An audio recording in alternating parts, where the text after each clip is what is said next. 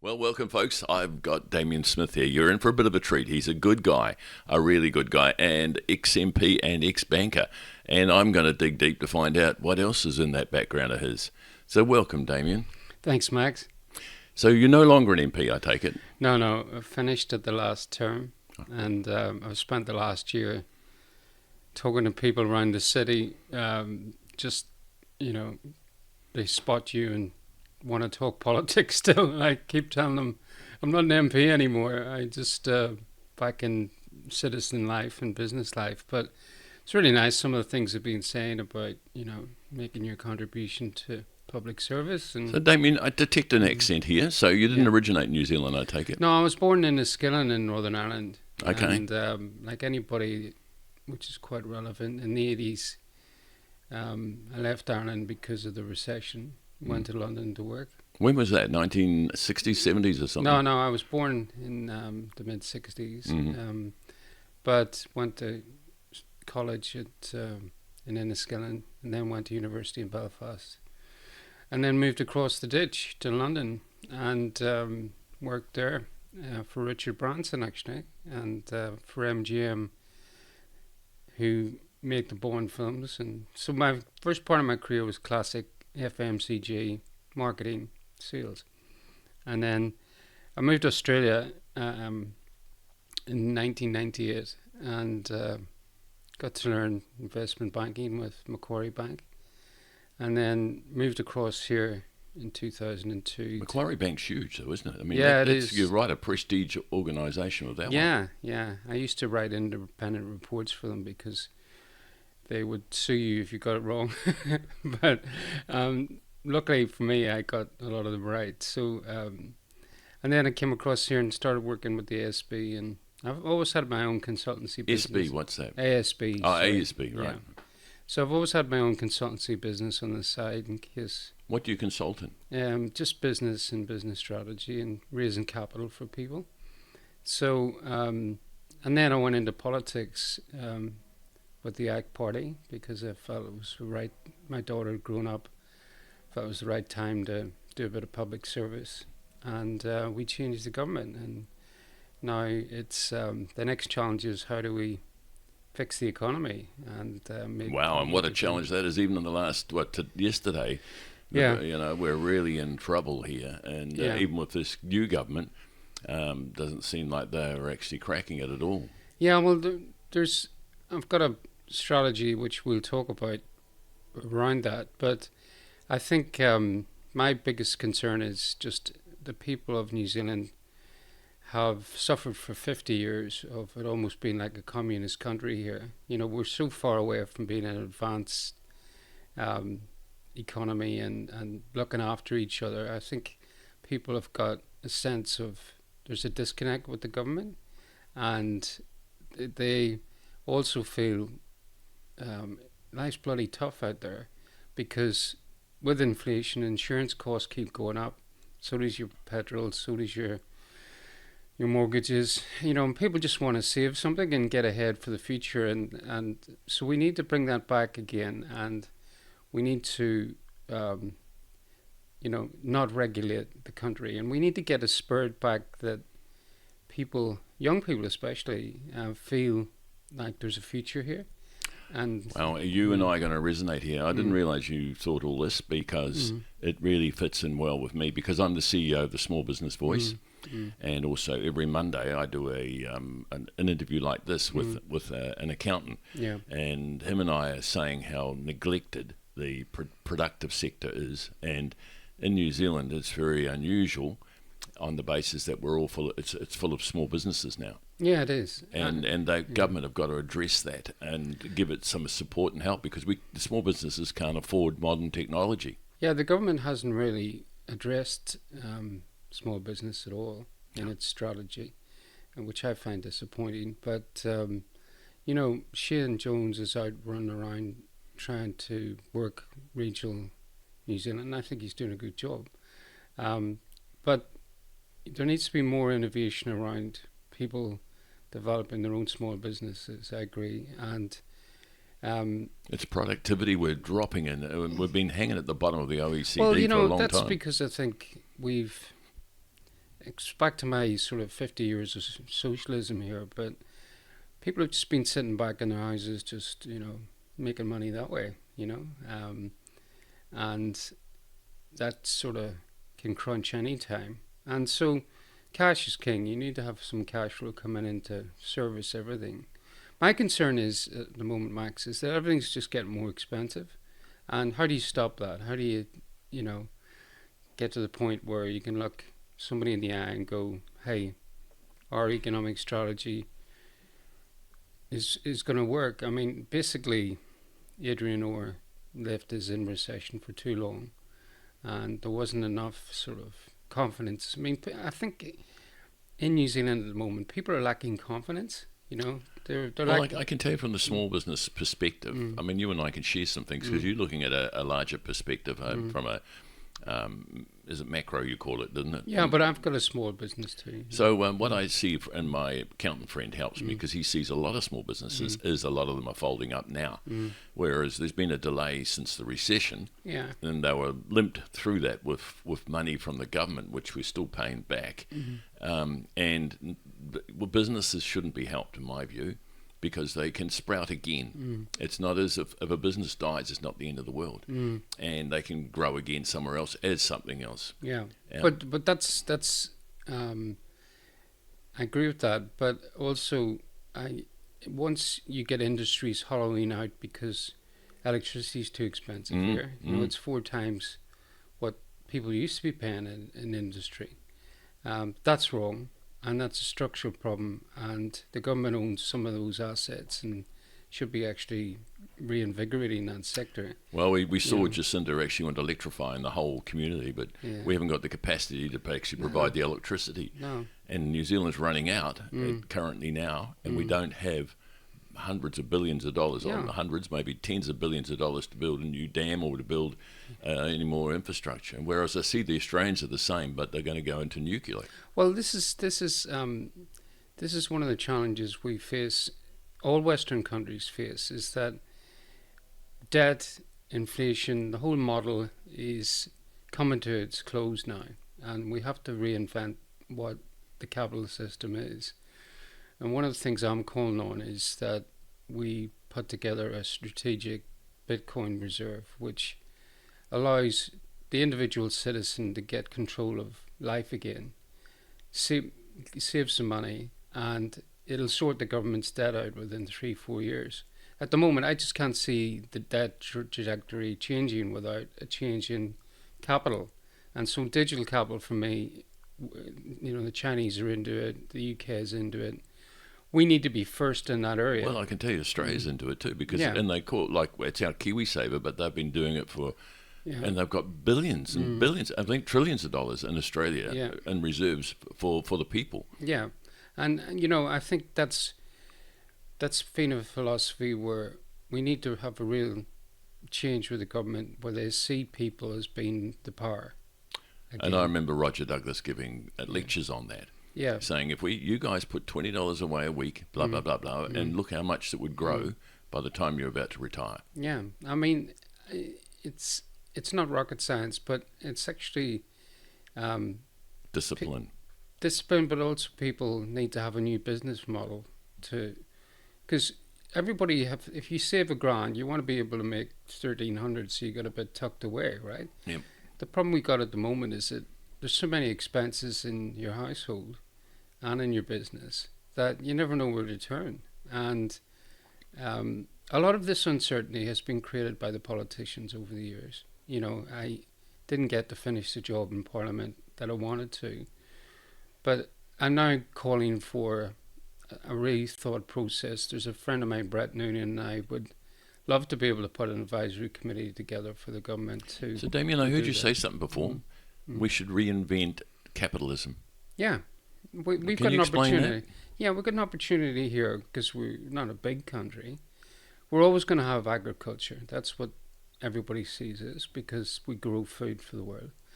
But at the same time, for our citizens, we need to use digital assets to reinvent their lifestyles, right? And it's not just about putting money into housing anymore.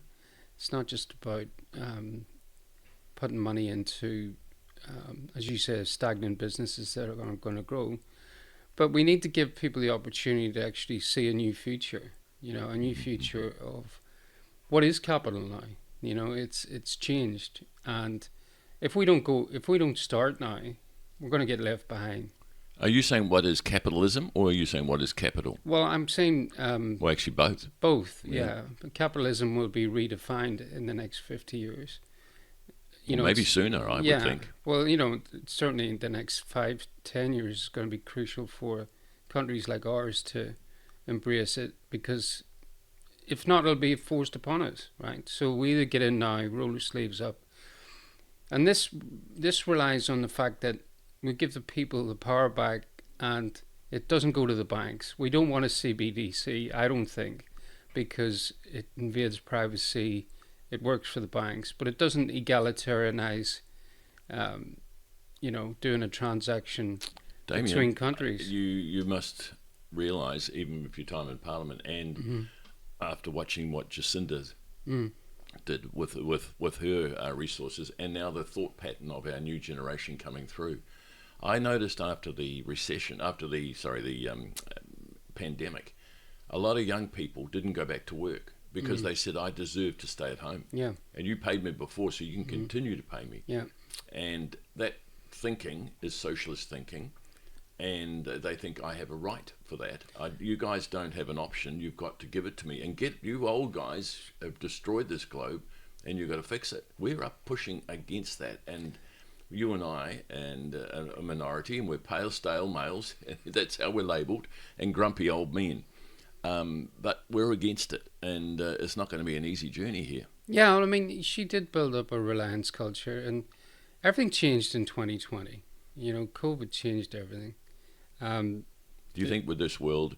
But the whole world. Do you think this world needs a disaster financially? No, I think it needs to be... I'm very optimistic about...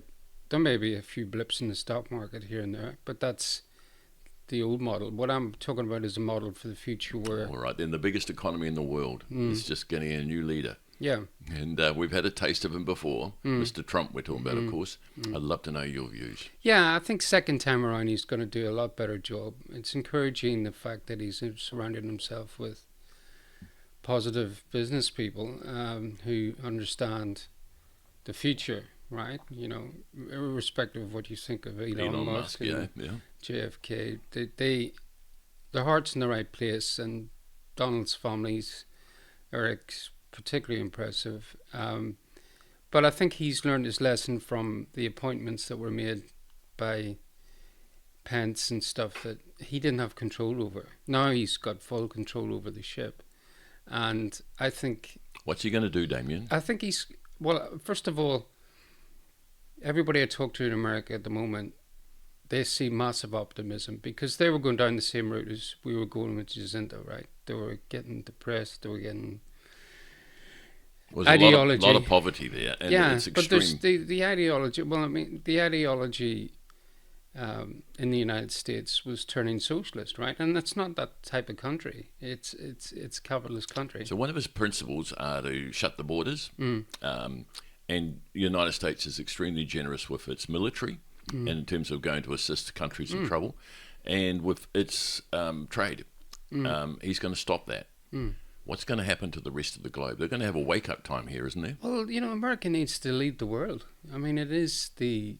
Or do you think China's going to replace them? No, China won't replace them. China will work alongside them. I mean, at the end of the day, you see all the saber rattling, but it is about business and trade in the end. And I think the Chinese... I don't know if you've been to China recently, but I have, and...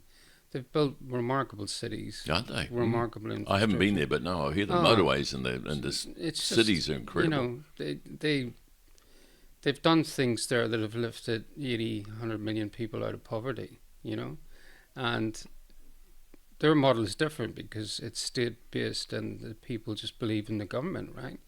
And that's another thing we've got to get better at in New Zealand. But they've got a dictatorship of a sort. Yeah, but I mean, we've got to understand that... Is that new capitalism?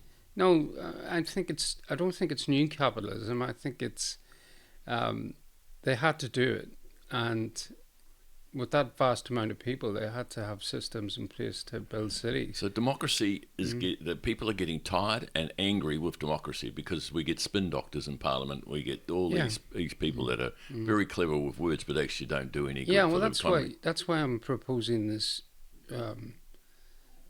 Bitcoin reserve, because it takes the power away from politicians to just do the basics, right? They get on and You're putting money back in people's pockets. yeah, that's basically it. And you've got also it's the opportunity for them to self-liberalize themselves again. I mean, everybody feels that they've been tied up in a box, right, by successful governments. I mean, what happens in Wellington does matter because it affects your street here, it affects your life. But what I'm hearing you say, Damien, and this is where we're going to, because I'm on your side here, we're going to come up against it, is the fact that this new generation think the government runs me, owns me, and owes me a living, and I don't have to make much of a contribution. Yeah, well, I mean, you know, I'd like to. There's a couple of myths there that the government did give money out to people, and some people enjoyed it. They sat at home and had a holiday, but in the grander scheme of things, it wasn't enough to subsist for the rest of your life, right? So we got to get on. Don't we know that now? Get past that, yeah. But also, it's left us. This is why the Bitcoin reserve can change the debt structure we've got, because we need to amortize the debt in a different way, right? You know, it's not. All the Western countries aren't going to be able to pay it back. They have to restructure it like Bretton Woods into something different, right? And you know, here I would hope young people who can use a digital phone can actually, there's just yearning for something new to happen that suits their lifestyle. They don't want this existing model that we've got. And, you know, for the next 50 years when we're gone, they'll want to have their own liberation. And, you know, this is going to be a challenge for the political parties, because it's not a case of talking about, you know, if everyone's prosperous, you're not going to get, and Maori's prosperous, and Pakeha's prosperous, and Indian, and all the nations that we have here under one roof. If everyone gets prosperous, then you don't have people marching in the street. I don't know. I think conflict comes no matter what. Yeah, but you don't have race relations conflict. You have people getting on. Well, that's my dream. Is that? Oh, no, and I'd share that dream if we could have it. But yeah, but I mean, the Maori Party and the Labour Party, they've institutionalised this thought process with especially younger people, because I've seen them around the universities when I was a politician, and the Green Party will convince them of a certain way to live your life. But at the end of the day, you're totally self-responsible, you know, and it's only when you're out in the real world on your own and you realise you can't survive on $300 a week, right? That's the reality. That is the reality. And so people who supported Jacinta have gone away from all that and rejected Labour because they knew that it wasn't working for them, right? So now the question is... I don't know, Damien, maybe you're right for some people. I'm thinking some others are disillusioned, but they're still sticking to the same principle. Yeah, but I mean, you owe me a living. Yeah, but it's also, it's just... That's a Labour ideology. I mean, it's the difference between socialism and it is capitalism, right? So it's fundamental. That's how the world works, is that everybody's set up against each other. What I'm arguing about now is we need to think our way through a new beginning. And of course, the basis argument is, if you go into arguing against socialism as well as capitalism, is that the more you strengthen capitalism, the less you take your hands off distribution of cash and looking after people. And of course, there is a proportion of our population can't look after themselves. Yeah, they have to be looked after. The older people have to be looked after. I mean, this is one of the concerns I have, Max, about New Zealand, is that it's becoming a very hard country. You know, the government it needs to empathise with people who've, unemployment's going up. I mean, you know, all the indicators are going the wrong way. Isn't that a hypocritical statement from what you're just saying? What? I think you're saying capitalism and the dollar is very important, and you want to set up a new system for that, for protection for people. Yeah. And they give them the money themselves. And then you said we also need as a nation to look after these poor people. Yeah, both things. How do you pay for them? Well, basically, the debt gets restructured into elements that are service orientated, right? So you have a set of services for health and a set of services for business, and you you put the citizen back at the center of everything, right? At the moment, you've got high-powered medical consultants flying around in flash cars. Our society, us generation are getting older. Yeah. And we're needing help. Soon we will, you and me. And we're going to cost this nation. Yeah. And they're going to resent giving us anything. This next generation. But that's why you need to take. That's why you need to take the debt profile of this country. I'm saying you would have seen in Parliament. I don't know the numbers, and you will. Is the cost for one, pensions, two, looking after sick and needy, three, the unemployed, those people who can't get employed, and in particular ACC. All those things are very, very costly, and it's a huge proportion of government takings. What is your thoughts on tax then? Well, tax at the moment. You want to reduce it? Yeah, but tax at the moment wouldn't be the same issue under a new capitalist model, right? What proportion of our tax now goes to beneficiaries? Is it a third? Yeah, but it's no, I don't think it's as high as that. I haven't got the exact numbers with me. But I don't have them either. Yeah, but the provision of health services is a fundamental role of government. But how you pay for it is a different game, right? And paying for it through rising debt levels in the existing model is just a race to the bottom, right? And that's what causes the aggravation in society, which is people are finding it really tough they're scared when they go to hospital. They come out and they can't look after themselves. I think you're correct. And they can't pay their bills, and they can't do anything that, insures them, or healthcare costs going through the roof, insurance is going through the roof. And it's time for these industries to stop gouging the members of the public, right? And the only way to do that is for the public members to really support a party that's going to actually put them first, right? And, if you can get that vision across to people that they are at the center of things. Can I don't know if I remember this was, what's his name, who the founder of the ACT parties was saying that what he visualized is giving people money to buy their insurance for medical reasons. So let them choose a medical provider or insurer of their choice. Is that the sort of thing you've got in mind? Yeah, but I mean, we've got monopolies all over the place at the moment, and we're just getting gouged, right? There's no doubt about it. So people just understand what do you mean by monopolies? It's domination. Domination of concentrated telecoms companies, banks give the perception of competition, but really it's the same product. And so who would know better than you? Yeah, but I mean, that's where major stresses come from. People is servicing high cost housing, right? And governments keep successfully saying, "Oh, we're going to build." But look, construction workers are out in the door at the moment. They're unemployed. There's nothing happening. There's no systems. Don't we notice it down in our level, at small business level? Man, the pain's awful. Yeah, it is. And I don't think people in Wellington get that fact. And thank you. I agree totally. This started when I entered Parliament. One of my key things I said to the government at the time was, you've got to understand that people are going through this pain and you're causing it. And governments do cause pain for people. It's just inevitable. And what I'm hoping with Christopher Luxon and Nicola Willis is that they actually take a new view of what our society is supposed to be and connect business again as being a positive thing. And, the only way to change that attitude about reliance on governments is for young people to have proper jobs. And to do that needs capital. And so where's that capital coming from? At the moment, she's doubling down on all the negative aspects, which is, she's going to be faced with increasing the tax take, right? Or we have to grow GDP. Now, neither of those things are happening. They're doing nothing, yeah. So GDP is a very hard thing to move the dial on if you're in a rut. Well, with their productivity's bottom, and where else do they get the tax take? And that's our gross domestic profit, isn't it? Well, I mean, that's where you get your health services squeezed. You get your But households productivity creates jobs, creates wealth, Yeah. and means more tax for the government. Yeah, and we have a demographic. All those things are dying right now. Yeah, we have a demographic issue in this country as well. People are getting older.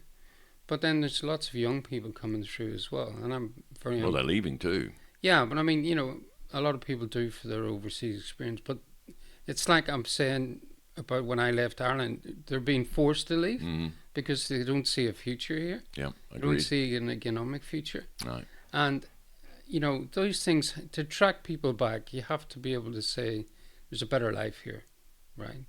And there's a better life than Australia, or you can have both, but the whole Western civilizations are really going to struggle with the existing business model that they're operating on. Because I'd say democracy is about to be reshaped as well. Yeah, but if you look at capitalism. the UK, I mean, they're cutting winter payments to old people, and you know they promised when they got elected that they would never do that.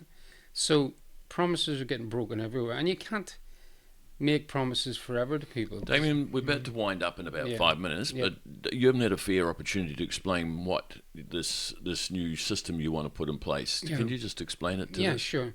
So basically you take a debt unit or debt that the state has or the individual has and you remonetize it into something that's instantly digital and can be used to pay for services or healthcare or your house. And so you're saying get rid of money? No, I'm not saying get rid of. I don't want to go down the route of a CBDC, right? Which is the government looking at you and the banks being able to turn you on and off. Okay, but explain what you mean. Yeah, so basically, if you want to do a transaction with someone in Australia, it happens instantly, right? And there's no barriers.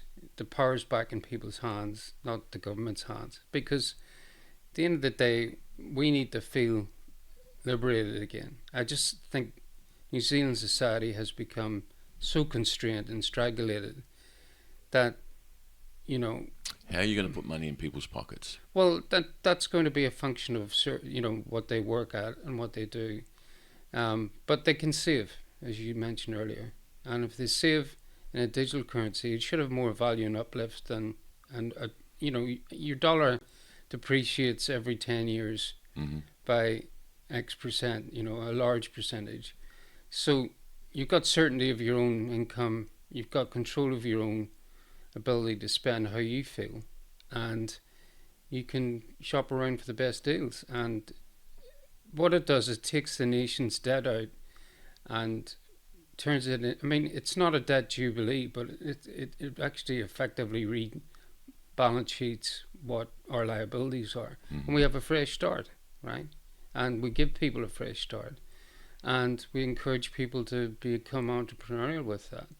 And so there's no excuse to look to the government anymore. That would be refreshing, wouldn't it? Is to have the whole nation looking at entrepreneurial ideas and thoughts and congratulating people who are doing well rather than actually, you know, topple the tall poppy. And I think the top end of society who's making lots of money and has made lots of money, they need to contribute more back to people's business plans, to people's ambitions. I mean, everything's going to go through the acid test if it's going to work or not. But we need to be a trading nation again. We need to actually deal with Asia. We're not near Oxford or Cambridge. Do you think, just before we go, that our current economy situation hasn't really filtered through to people who don't really understand how troubled the likes of you and I are? No, it hasn't filtered through, because I think people have done their best to get through COVID. I have to say, COVID just obliterated businesses, obliterated marriages.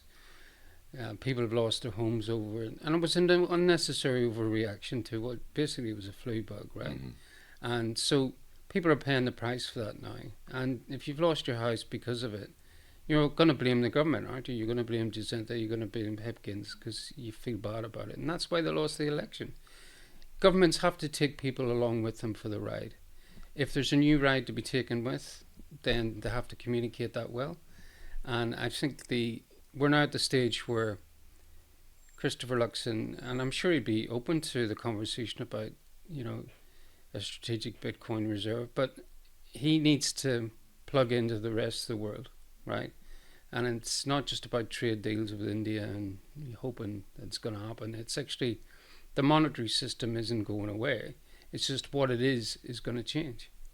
Damien Smith, thank you very, very much for Thanks, your Max. wise words. I enjoyed that, and I think a lot of our watchers will be enjoying that as well. Thank you.